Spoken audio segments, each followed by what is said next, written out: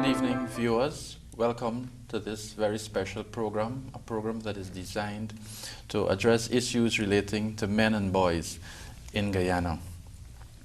Just before I introduce three gentlemen that we have with us in the studio, I would just like to share with you a little backdrop to this program. The Ministry of Human Services and Social Security, the Men's Affairs Bureau, joined over 70 countries around the world in observing International Men's Day on November 19th last.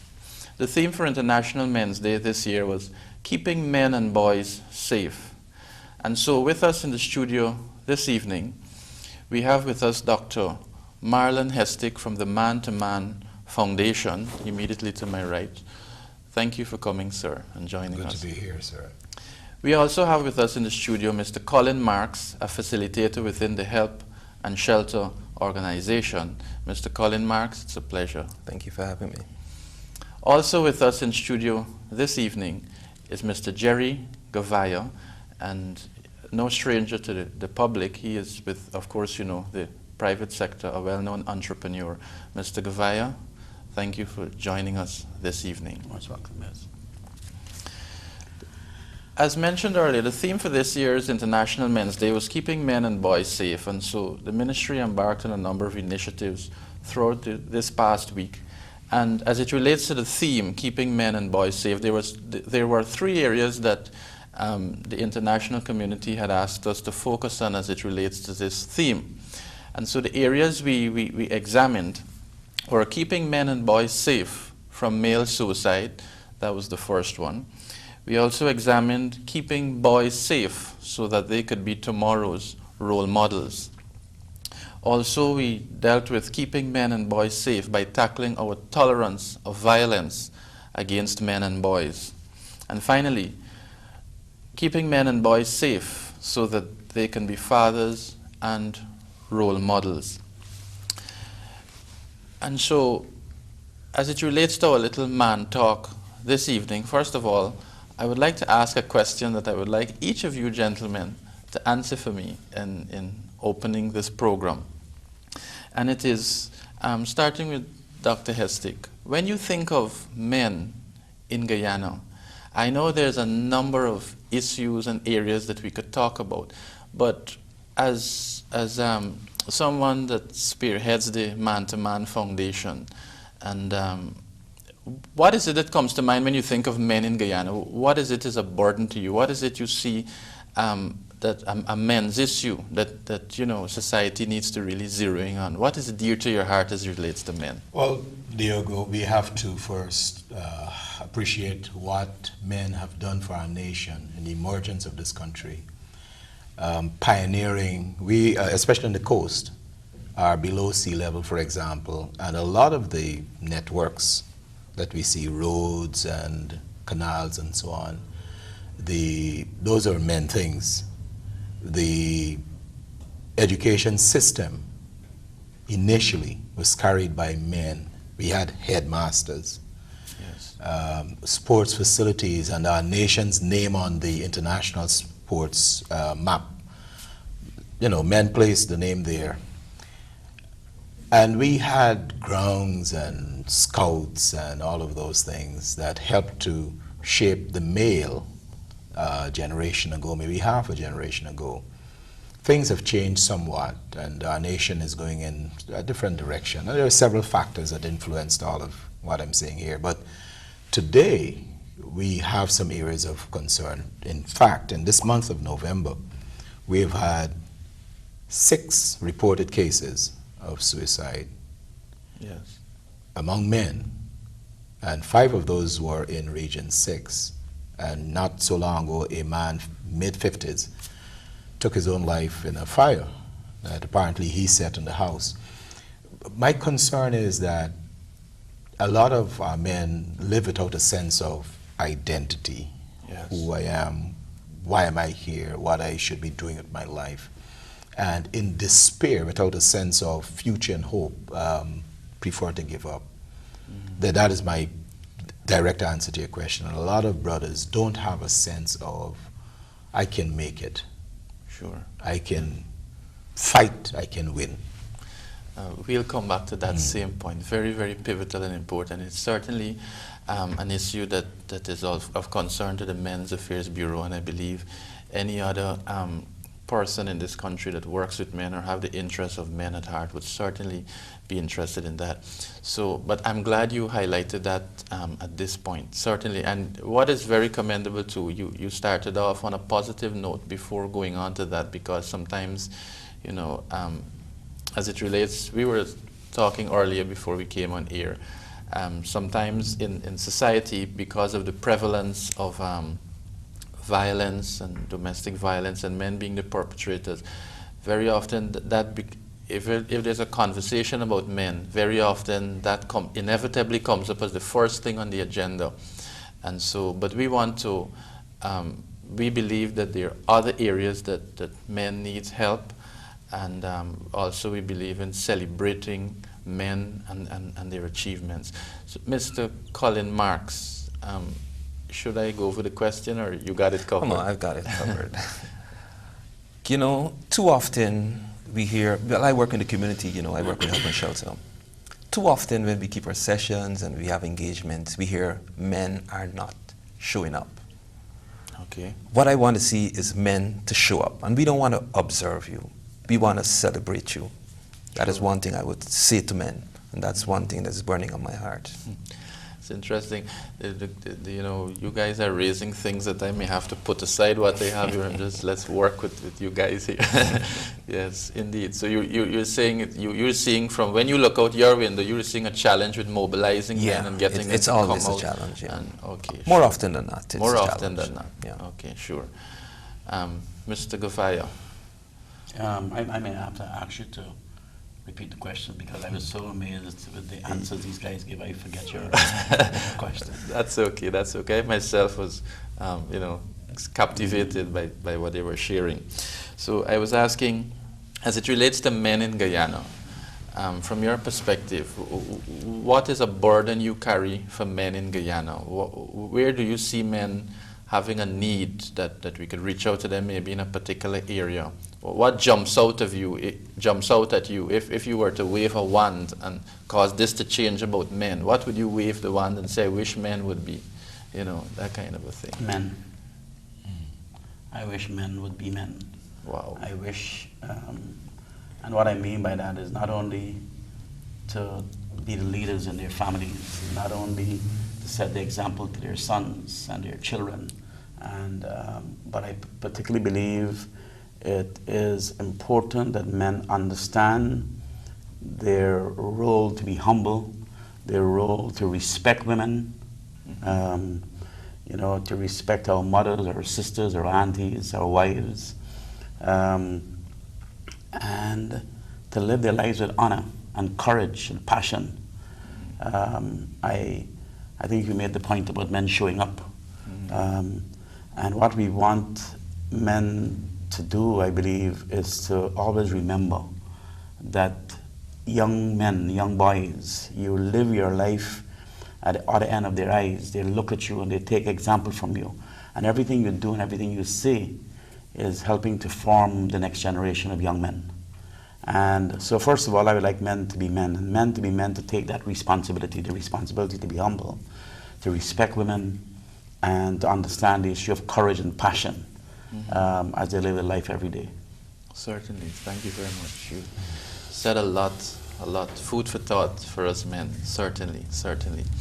And so, indeed, as it relates to men in Guyana, there's a lot of areas that we want to see men make it, we want to see men succeed. And we are very optimistic about men in Guyana. We do not believe in men bashing. And someone might have wanted to know what's there to celebrate about men. Some people say they never even heard about the International Men's Day. And what is there to keep men and boys safe about? Because, you know, we're providers and protectors, so what do we need to be kept safe from? And that kind of a thing. But this evening we want to celebrate men, we want to encourage men, and see how we as a society, how we as a nation can help our men to you know, find their place and you know, fulfill purpose. All right. So I would like to come back to Right back to this end, Dr. Hestick, you spoke about male suicide, and it is indeed, we spoke about keeping men and boys safe from male suicide. You know, recently, to start off our week of activities leading up to International Men's Day, the Sunday the 17th, we had a program at the Theatre Guild called Magnificent Man 3. That program was a blend of cultural items put on by men. We had men, their talents, you know, being expressed in song, dance, drama, and so on. In the midst of that program, we also had some facilitators, and we had Dr. Kwame Gilbert. He dealt with the issue of male role models. The chief medical officer, Dr. Shamdeo Prasad, he dealt with men's health. As a matter of fact, I think I might have left that out. One of the things we were keeping men and boys safe from, as it relates to the theme, is by boosting men's life expectancy, so they would be kept safe from avoidable illness and death. Because, you know, we men, sometimes it isn't until we're on our back or on our face then we get around to our health. So Dr. Shamdeo did a great job with that subject that evening. It was very interactive. The Reverend Patrick Findlay, the Deputy Permanent Secretary of the Ministry, he dealt with the male suicide. So the point I wanted to make is that when we got around to that aspect of the program, we were very enthused by the feedback from the men. And so men have questions, men need answers, men are looking for solutions. I was on the program Let's Gaff recently, and we were talking about the same suicide, male suicide. We were talking about options to suicide, and a man called in. It was very touching. He said, "What about when you're home disabled, and you know, there are no other options, right?" So we had to let him know there are options, right? So if you could elaborate a little more on our concern as it relates to male suicide, what is it would make a man think, you know, suicide is the best option, it is the only way? What would you say to our men out there to dissuade them and let them understand that suicide is not the solution to a problem? You know, I'll go from the angle of giving value to the male. I think that the society has not spent enough time and effort giving value to maleness. Okay. And to the importance of the contribution of the man, historically and currently, in the building of our nation. And so for many men, there's no sense of why I should be around. Typically, sociologists and people who study human behavior and structure propose that first a man needs to have a sense of, who am I? A sense of, my life is worth something, I'm an important person. And to deal with his own issues also, to become a man who, secondly, influences his seed. So self, and then his seed. Raise family, nurture his children, take care of his wife. And then thirdly, contribute to the society. Now, if you check our structures, go to school, we don't have what we used to have. Men influencing our sons into manhood to help them have a sense of wholeness. For example, the school system is dominated by females, hardworking women, but our men do not benefit from the contributions of men sitting them down and dealing, for example, with their discipline issues early in life, or their issues of, I don't know what to do. A man sitting and say, hey, you can do this. These are options. They don't have that. Okay. The sports department, if you will, is not what it used to be in terms of, again, opportunities to sit and work. So here's the nutshell of what I'm suggesting. I'm suggesting that if you don't have a support system that is deliberately addressing the need to make a man, to ensure that you produce a certain kind of male, then you're going to have problems. And currently, a lot of the outlets, we used to have sport, we used to have we used to have national service, we used to have, you know, a lot of those outlets are entertainment, alcohol, and that kind of stuff. Yes. And I am suggesting that one of the solutions is to have a network working with current social groups, like the church, for example, like the building back of the sports structure that assisted boys after 3 o'clock when they left secondary school, primary school, they could go to a club, the scouts, and those kinds of social support groups, so that men could meet with boys, boys could meet with men, and the whole nurture of the male could be redressed. I believe that one of the reasons we're losing men is because a lot of brothers don't have male social support. There are other factors, but that's the one I want to contribute. Okay, sure. If, let's say there's someone out there, a man watching, and he is identifying with what you're saying, and he's saying, yes, indeed, you know, that is certainly contribute, and maybe he's suicidal, and we're taking what you're saying as very valid, right? And it is. So what would you say to the man who will use what you're saying as a reason, saying, okay, maybe there's not enough support systems in place? What would you say to that man to say to him, maybe there's not enough systems in place or structures, but you want to dissuade him and let him know that it does not justify him, you know. I would tell such a brother, look, I know a man, his name is Diego Alfonso. He's the head of the Men's Affairs Bureau at the Ministry of Human Services, and there's an entire bureau set up in this nation to counsel and support brothers who might be in such a situation. And there are also groups like the Man to Man Foundation. There are groups like Help and Shelter. There are groups like some churches and men's groups outside of the churches that are there. And what I think, and I'm serious about this, what I think most has not happened that should be happening is for us to let brothers know that there are social support groups. Don't underrate the power of a domino club. For a man to have community and to be able to talk and to get his frustration out. Yes. And to have some brother listen to him and say, man, don't do that. Don't do that. And I'm suggesting again that as we plan for men, we should consider what helps men specifically. Yes. But let me ask this question. With the suicides you're talking about, what is the statistics telling us? What is the reason behind these suicides? Have we, because there's one thing to talk about, let's deal with it. But what is the reason for this? I mean, have we been tracking it? Yeah. One of the things that we're picking up along the way as it relates to suicide is that, and I think you might have mentioned it in the midst of all you were saying, is when men come to a place where they feel hopeless, a sense of hopelessness, they believe that there's no options. And also another thing about us men is that sometimes we don't talk. We bottle up everything. But do we know? I mean, have we been able to track the reason behind these suicides? Have we been able to effectively do it? Do we know or accurately do it? Yeah, I think it's something we're still working on.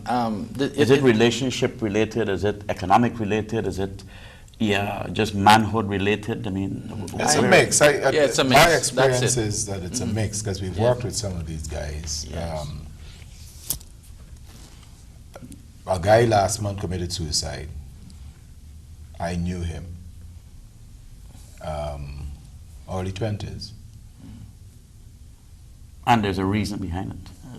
And his reason is very different from the reasons that we understand influence was happening in Region 6. So I think your question is a useful one, insofar as it makes us realize that it's not just economic or domestic, right. But I think taken together they represent a sense of hopelessness that affects some men and brings them to the place where one of the options that they consider number one option is, well, I'm getting out of here. You know, I mean, to me, to deal with it, if suicide is such a major issue we have to deal with, I don't believe that we could deal with it by throwing a cast net on it. I think we needed to zero in and drill down. And while I agree with you, Doctor, there may be many issues. Certainly, there got to be a dominant issue. And how do we? It's like murders. It's like traffic accidents. We need to find out where it's happening, why it's happening. Is it the traffic light bad? Is it something wrong with the pedestrian crossing? Yes. Is it drunken driving? And when it comes to men and suicide, is it just a case of men losing their manhood?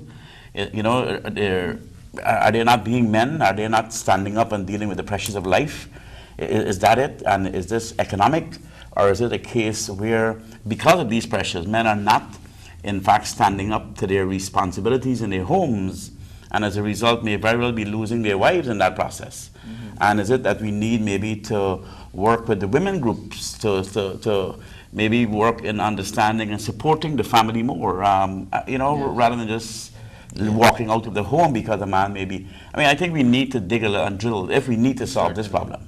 Yes, certainly. The solution to the problem of suicide has never been straightforward.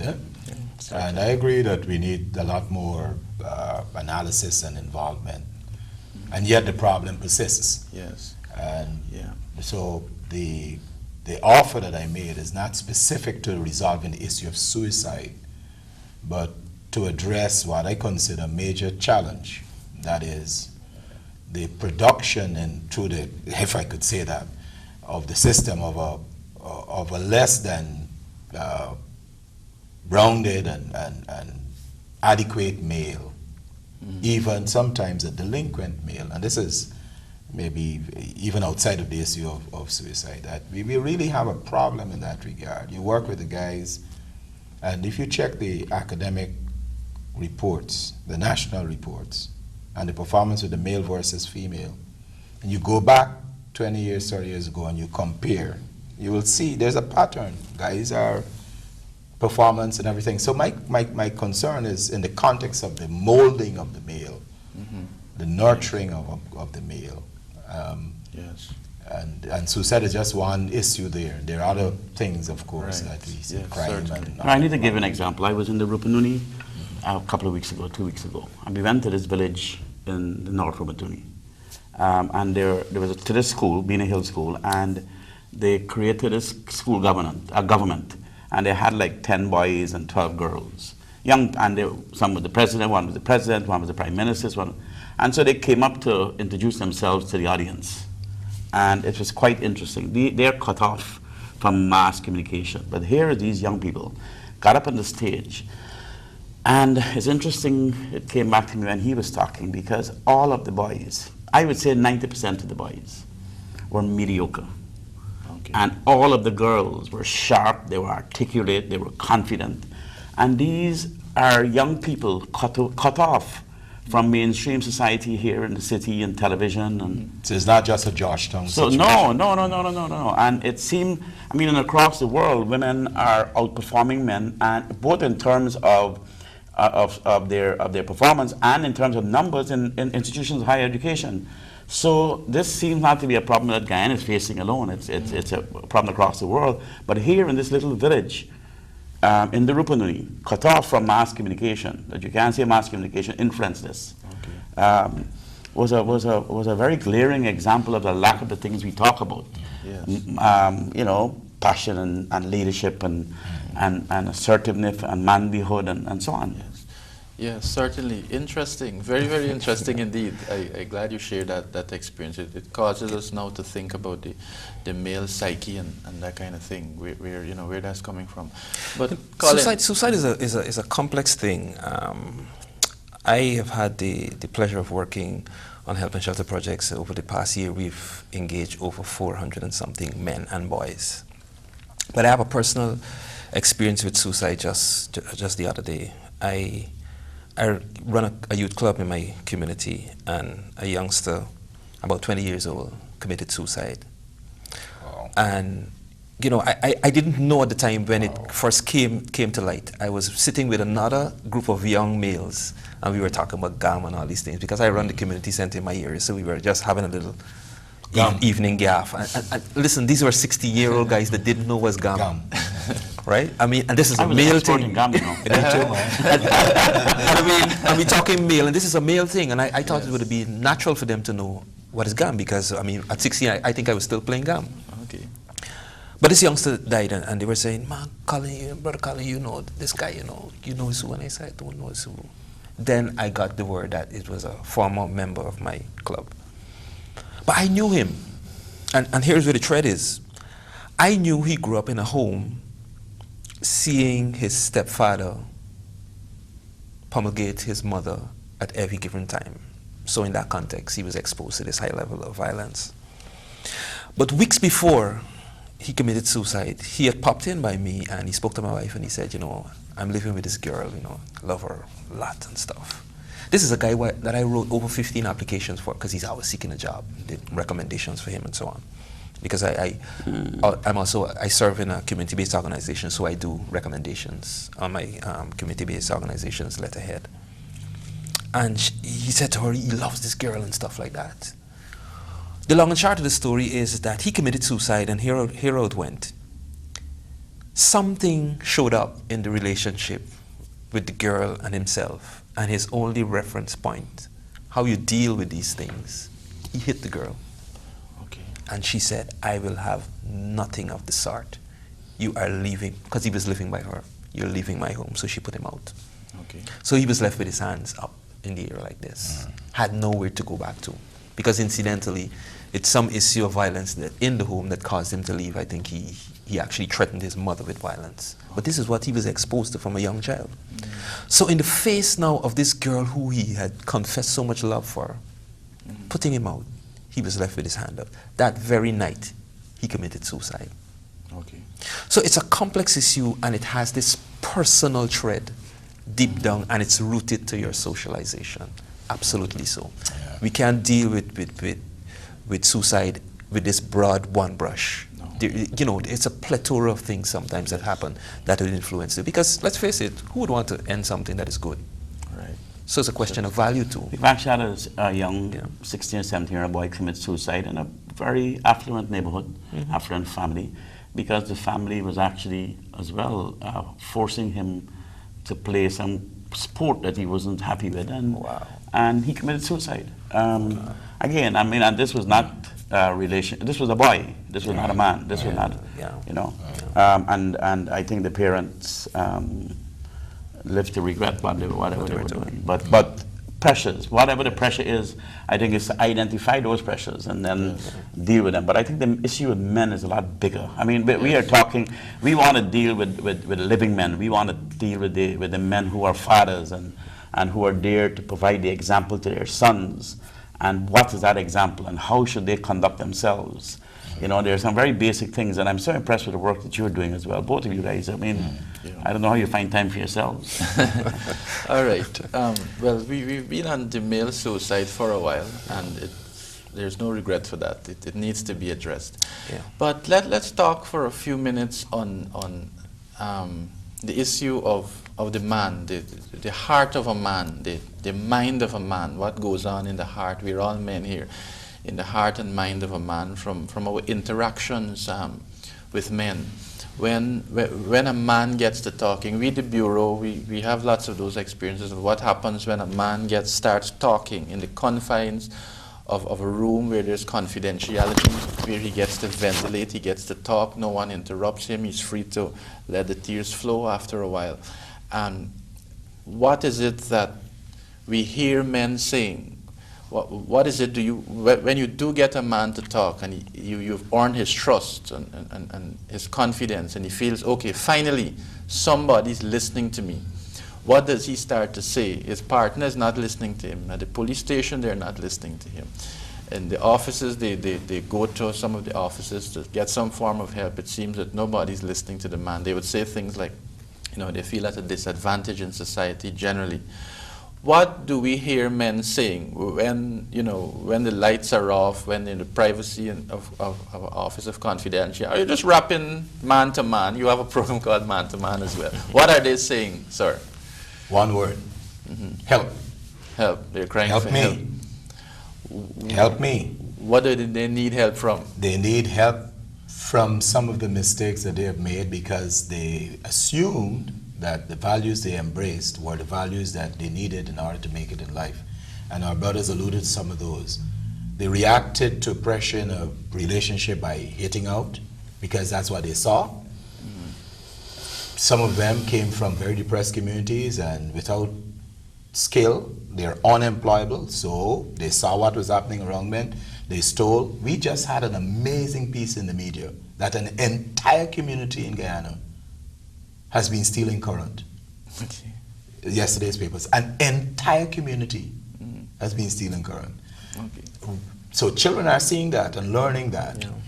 And I think that we said it earlier, that men need to find places where they can ventilate. Yes. And we need to create the environment where brothers can talk from school system. You know, I have an illustration that I use that I think makes the point. If my child goes to nursery school, a boy, he's going to encounter most likely female teachers. And those female teachers are going to take him to the bathroom when he's ready to use the bathroom. And they will help him. Okay. He is delivered by a female. He goes through nursery there. His primary education is facilitated by a female. Secondary. If a girl goes to school, nursery, that female helping her is normal and okay. I'm just making a contrast here to make a simple point, that even in terms of the orientation of a guy's sexual awareness and issues of that nature, yes. we don't have the support as brothers that we would like to have. I grew up in some places in this country, in a curriculum and in Magdoum, where we as young men got away and we swam in the canals and we talked, boys talk about 10, 11, 12, 13, 14.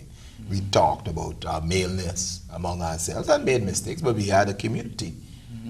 And Houston Community Center, we went there and watched cricket and dreamed about becoming. And this is what I'm suggesting, that men are crying out, and sometimes the lash out, sometimes the murder, sometimes the violence is really a reflection of, I need help. But I don't even know where to get it. Certainly. So there are men in Guyana, they're crying out for help. I believe that it's wrong to hit, it's wrong to steal, it's wrong to kill. I think that if we could provide an outlet for people, for men to just say what's going on. Yeah, sure. I take a little more fundamental position in the sense that while I agree that we need all the social, institutional backup systems, I think as a man, as a young man, when I left school, I wanted to be able to have a job, a proper paying job. I wanted to be able to afford a life, to take care of my family and so on. And I believe that the economy of Guyana, and of course maybe I am going to take this bias, but I believe unless our economy is one that could support the creation of jobs for our young people, our young men particularly, and women, but basically to be able not only to give them jobs that will allow them to live their life in dignity with respect and self-esteem, but certainly be able to afford a life that allows them to buy a house, to buy a car, to travel, to buy, and to live their lives with a level of dignity and self-esteem while embracing all of the issues, all of the goodness issues, you know.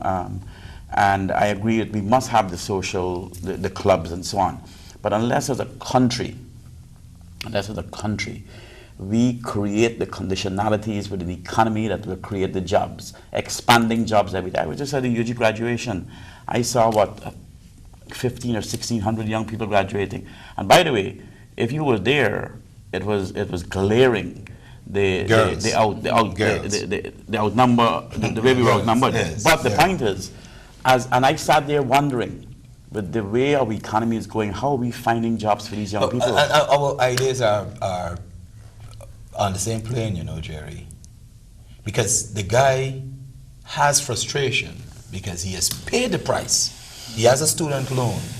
He is finished and he's unemployed. That is the point. I mean, and I think here, and I would probably want to close this contribution here by saying that, you know, for me, every leader, whether it's a social leader, political leader, private sector, political, all of us must work in creating the conditionalities to foster and enhance investor confidence in Guyana, to create jobs, more and more jobs every day. And any leader that do anything that affects our economy and investor confidence is hurting the very people we are trying to help. Because you could have all of the social services you want, but if you don't have a society that is able to create those jobs and for people to live their lives in dignity with self-esteem, we are going to have more and more of these problems affecting the ego and the manliness of men.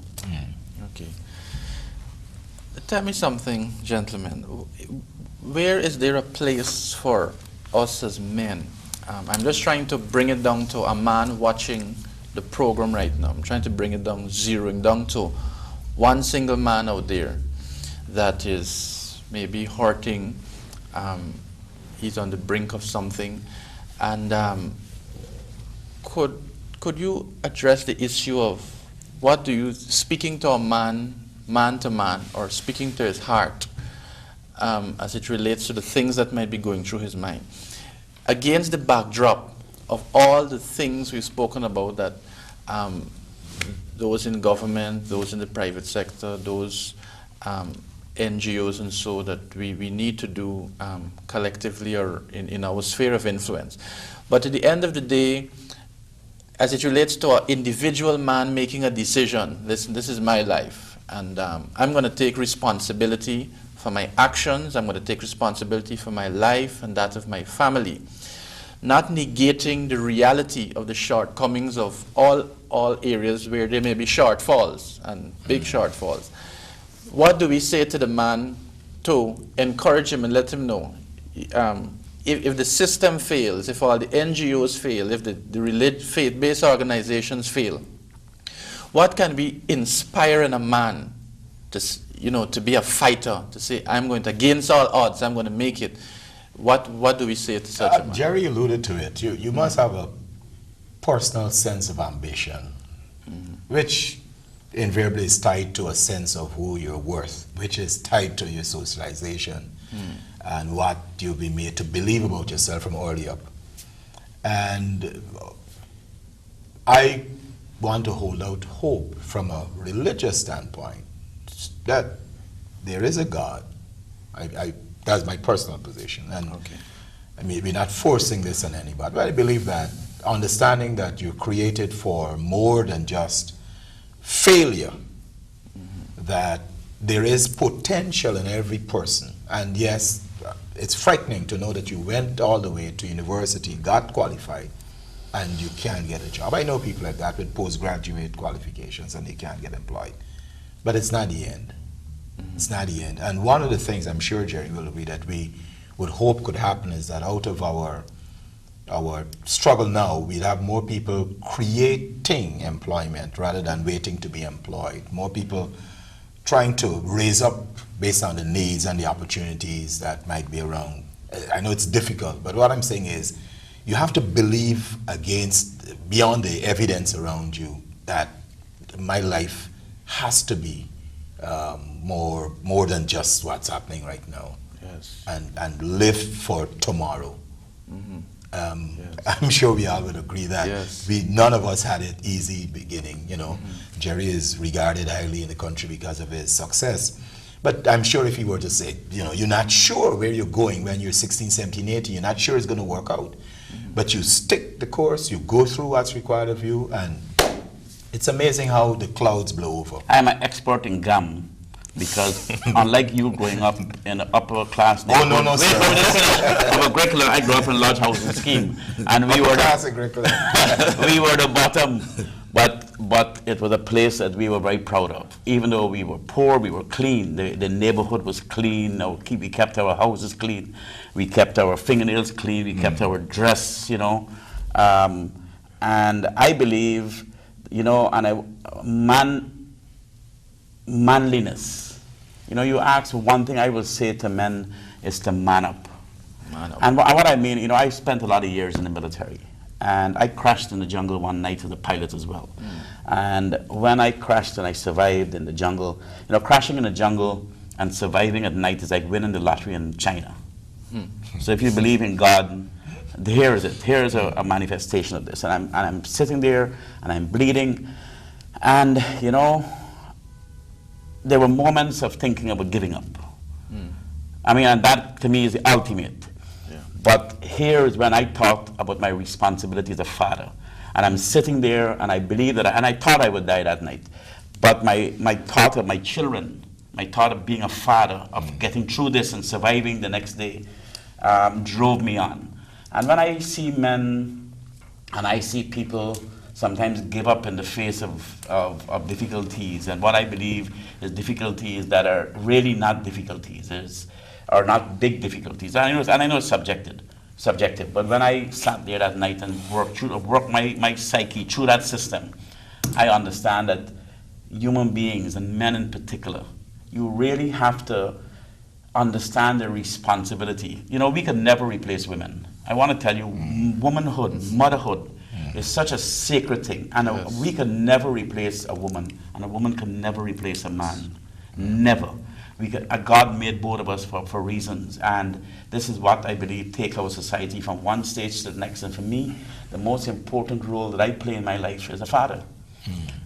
It's something that I'm so proud of, that I was able to create myself in a way that I could set an example for my sons. Wonderful. And that to me is the most important achievement I've had in life. And I wish that all men could also take that to that level.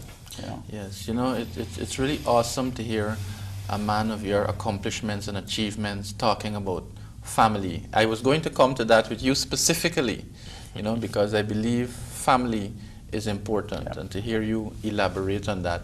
But, and this is very important, you know, one of the things that, and I said when I opened up, the issue of respect for women. My sons would look, and you made the point, my sons would look at me the way I deal with their mother, the way I talk to her. Now, we are naturally stronger men, but you know, you judge my strength not by my muscles, but you judge my strength by my restraint. Right. You judge my strength by my, and so if men could understand that this is not about lashing out. Yeah. It's about setting the example, and your children are watching you. They're watching the way you speak to their mother, to other women, and that is what the example they will have as they move on to their lives. And so as men, we have a major responsibility. These little eyes are looking at us, everything we do and everything we say. Yes, I like the point you made about our strength is in our restraint. The meekness. Yes, yes. You know, meekness, very often, strength you know, under control. Yes, that's it. Very important, because sometimes when a man hears the word meek or gentle, he gets a little nervous because he thinks he has to be, you know. It's not soft. Yes, but gentleness and meekness is actually tame the strength. Tame the strength. It's like the lion, a lion when he's tamed and one when he's not. But the lion, he has the strength and the ability to be very destructive, but once he's tamed. And so very often we men think that the stronger man is the man that is able to physically exert himself and maybe demand respect or whatever. But we can be gentle and meek and be exercising tame the strength or restraint and that kind of thing. So that's very, very key and important. So Colin, I see these guys drumming you out. I don't want you to get lost. I'm really enjoying this, because when he spoke about family, I started thinking about myself, like, how am I coming over to my family? And I started to think about the things that I did as a family man. I work, as I tell you, extensively in communities, and every time I talk this story, I get a lot of stares. I am one of the men that wash for my whole family.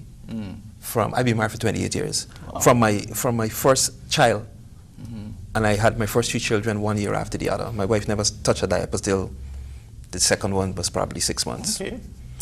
And it was funny, because my reference point is that when I was about 11, my mom had an umbilical hernia operation. So I saw my dad 2 weeks making just that window period, 2 weeks making 3 visits a day and washing up all the clothes. Wow. Cool. I remember moving out from Charleston, and because I live in Sophia, and 2 weeks after we moved in, I put the panties and the clothes and everything on the line, and people were messed up because they were socialized that he's crossing the gender line, and that is an important thing for men. Yes. Or that you were under her control. Control. Yeah.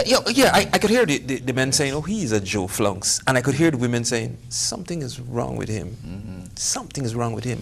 Yeah. And these are things we have to grapple with. It's a complex thing coming through your socialization to really engage what is challenging now. And I find that is what I find in men now, coming through their socialization and have to deal with the challenges that they have to face now. Sometimes it puts them in a peculiar position. And you know what's the word on their lips? Help, indeed. Help. We at Help and Shelter, we've been engaging now.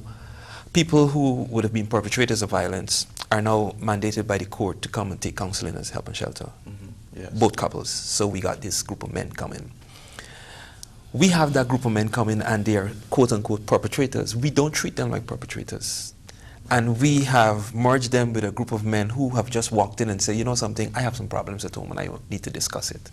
And we've been going through anger management and a variety of topics with them. Yes. And, you know, it's all male. And something that was significantly, like, impressing upon me one time when a guy that has about 6 children turned up in a session and said, listen, I need to be vulnerable here. I don't even know was a man. He's been living with a woman for years, has children, and he said, like, I don't even know was a man. You know? Yeah. And I said, wow. I wonder if I could. You know, women, you know, this is a very complex thing. Last night, there's a young man, very, very manly young man. He and the girl got this relationship, and he would drop out to work, pick her back. He is really, for some women, the model kind of man. Very sensitive. He do all the nice things and so on. And I happen to have heard the girl away from him saying to her friends, "This is getting me on my nerves. He is really too much, and he's boring." He's boring because he's so nice. He's boring because he's so predictable. He's so predictable. And so the challenge for men, Yeah. and here is really, really a really nice guy. I mean, even I would have to say that. But he is so nice that he could actually run into a situation where this girl is going to turn her back on him. See why we need help? I mean, and it's a dilemma. It's But there is, Gerry, in that, Yeah. and Colin, I'm sure you'd agree that his qualities just might be running up against what has happened to the women in our society. Yeah. That makes them unable to receive from good men. So the issue of how to help brothers is even more complex now, because when a man stands, as you said, he's a gentleman, the society of the women doesn't even know how to receive him. It's that complex now in our society. What I'm saying is, what do you tell the brother? Don't be a gentleman. What do you say to a man who is? It's what do you say to a man who does his best, and then the society? Because remember, she might be coming from an environment where her mother alone fetched it, and her mother did a lot of stuff for herself. So she was socialized to be independent of a man's contribution, the way he's contributing to everything. He's just, he's too much. Too nice. He's too nice. You know what would be interesting about that whole point being made is that you would have cases where now there may be another female observing this marriage or this relationship, and there'd be a female of this, I wish that was my she might be sharing with another female and saying, yeah, you're lucky, lucky, I wish. That is it, indeed. I just reflect on my life too, because when I went to the hospital, my first son was born, and I went to the hospital, my wife had just delivered, and I'm going to pick up the clothes now to go with.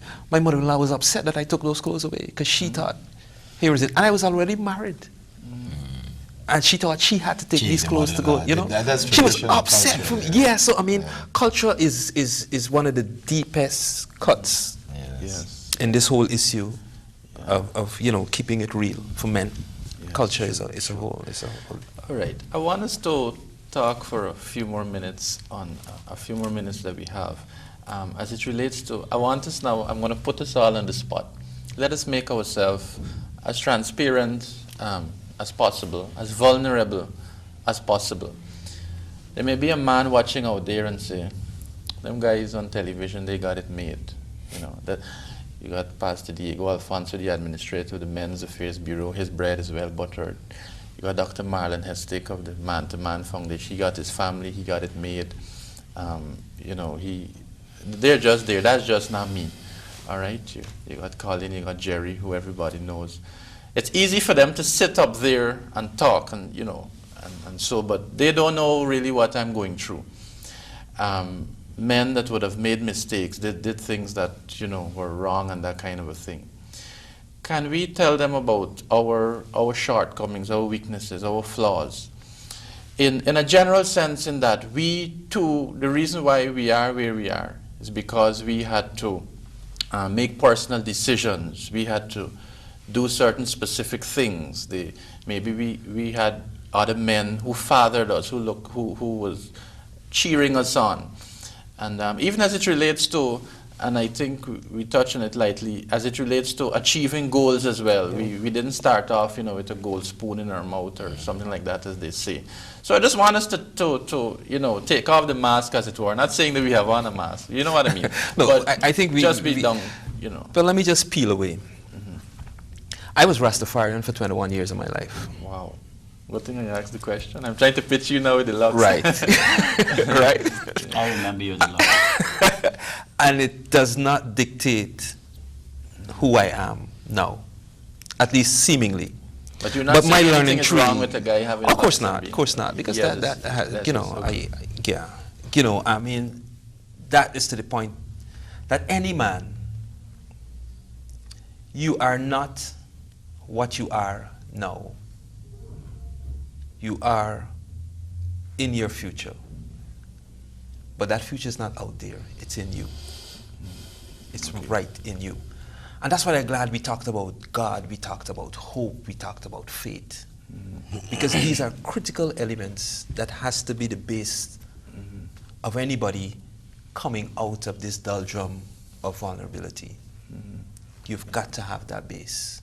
Because it provides us with, like when Gerry was talking about he's in the interior and this crash, and you know, it provides us with that hand up, that hand out of most of our situations. And like I said before, you know, with regards to the suicide and all these things, nobody wants to stop a good thing.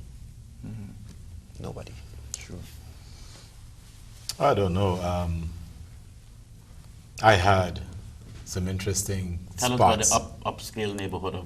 Yeah, the upscale, I tell them. I lived for years on a prison compound. I wasn't a prisoner, but I lived surrounded by prisoners as a child. I know you and I didn't know that. Most people don't. I lived in Agricola. I lived in Macdoom.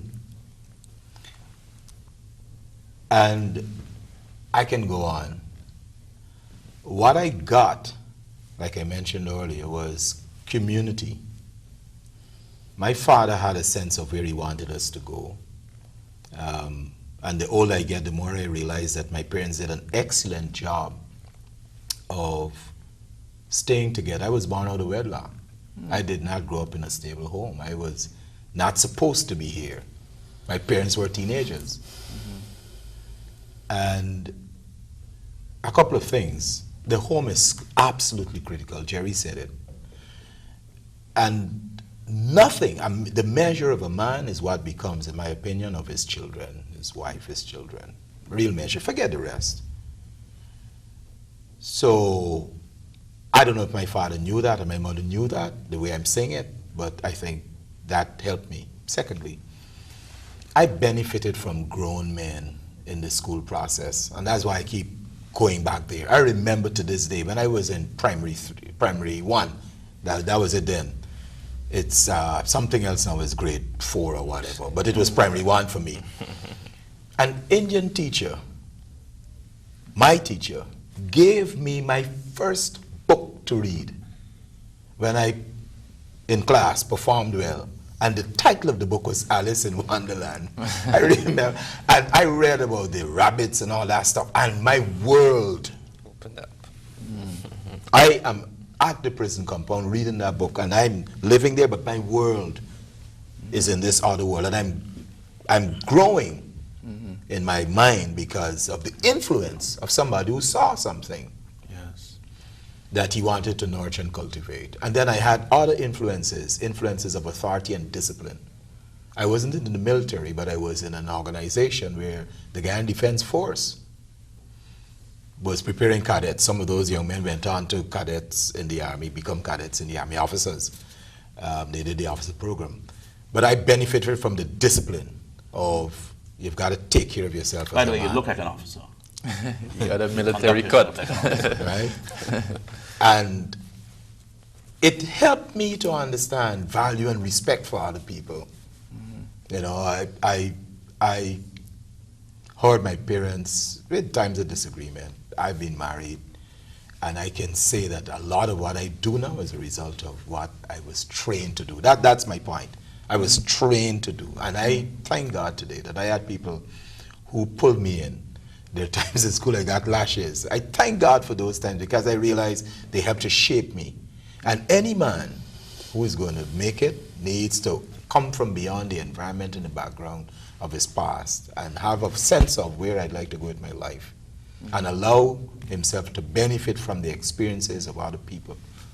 And I'm sure that by the grace of God, it can work. You have a program, apart from Man to Man Foundation, you have a program called Man to Man, which only this morning you were on, right? Every Saturday. I've heard you said on the program, and I've heard you said it a number of times. Just take 2 minutes to speak, because it's directly related to what you've been saying, just if you didn't say it, that every man needs a man in his life. But don't let the guys out there get nervous. No, it's all good. It's all good. Like I was saying, I had men in my life who took care of me at various seasons of my life, fathered me, counseled me. So you're telling them to find Yes, there must be influences, good influences. In fact, it's a part of our culture and nurture that the ideas of the generation going must be passed on. Yes. We don't know the way, somebody has to lead us. And I benefited from cross-ethnic and cross-cultural contributions this black man received from Indian people in our country. And I am doing that myself now, cross-ethnically and cross-culturally. And I'm saying it deliberately because it's one of the things that we need to say in our country. Yes. That every joint supply it. We are 6 races plus. And we have so much to give to each other. I benefited from the contributions of good men. And I believe that to this day I have men that I am accountable to. I've made myself accountable to. Yes. And they still talk to me about life. Accountability. What was the name of the guy from Trinidad that came? I was just telling Skinner. you. Brian Dr. Skinner. Dr. Skinner. Yes. You know, I met Dr. Skinner. We were sitting at Juke Lodge one night, and I was with Alex Graham and him. And we were talking about this thing with manhood and fatherhood. And I said to them, you know, I was looking at a video. I took my sons to kite shore maybe 20 years ago. They were both young boys at the time. And I remember we were walking through the gorge, going to the falls. And I reached back to hold my son's hand. And somehow that image of me, and I was looking at the video, and I looked back, and I stretched back, and my son grabbed my hand, and he said to me, you know, it's interesting that you noticed that, because there are many young men that don't have a hand to hold. Now here was a father hand, but the point you were making, it doesn't necessarily have to be the biological father. Right. Because even for me, my father worked on sea, and so my father was away 6 months of the year. And even as I grew up, I believe, when I got into national service, and for the first time I met Norman MacLean. And Norman MacLean as a leader and as a man who conducted himself, as a man that I took a lot of examples from. And he had a profound impact. And, you know, I wanted to make the point as well that in life, as you live your life, you need to understand that people are looking at you. You're actually gaining credits and debits along your life as you go. And at the time when you believe that people are not looking at you, Wonderful. It eventually comes back to you somewhere along the line. And as I was going through my life through national service, when I got this scholarship, I grew up in Lodge. I knew nobody. This was just a straight case of people observe how I was conducting myself in national service. I was cleaning toilets, and you talk about taking off the mask, you know, and planting cotton and so on. And then I got this scholarship, and I went away, came back, joined the army, and I lived with a sense of obligation, because if I didn't get this scholarship, and if I didn't make the decision to go to national service, my life would have been very different. But the point is that when I got this scholarship and I came back to Ghana, 12 of us went. And I came back with a huge sense of obligation to Guyana. And I felt that I did not want to just serve my contract and leave.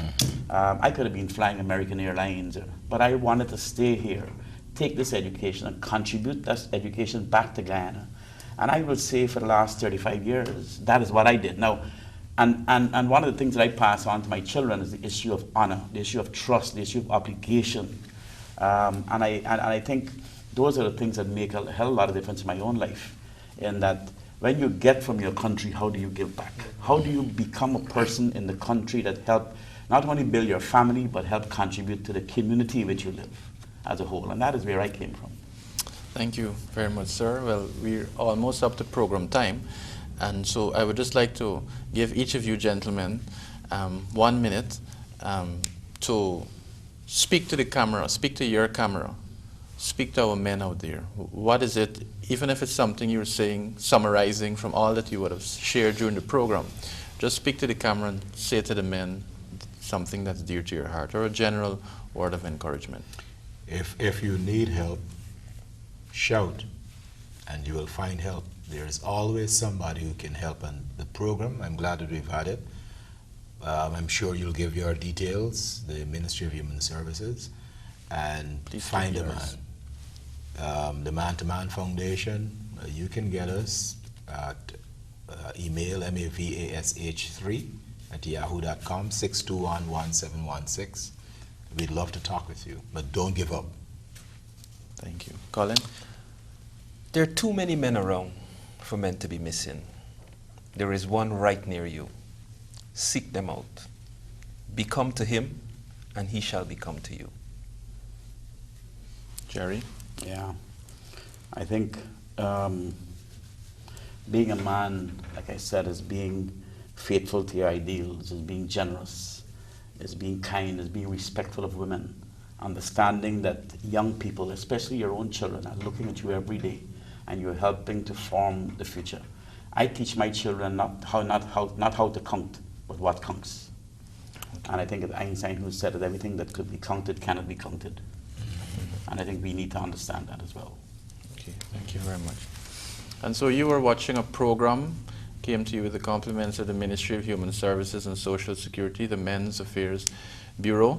We want to thank you for watching, and we want to say to the men out there, there is help. There is help. You can get in contact with the Man-to-Man Foundation, Help and Shelter, so many other NGOs. And the Men's Affairs Bureau's number is 226-1922, 226-1922. So don't give up on yourself, don't give up on your family, don't give up on life. Remember, a man may try and fail many times, but he's not a failure until he gives up. Thank you for joining us. What's it going to be?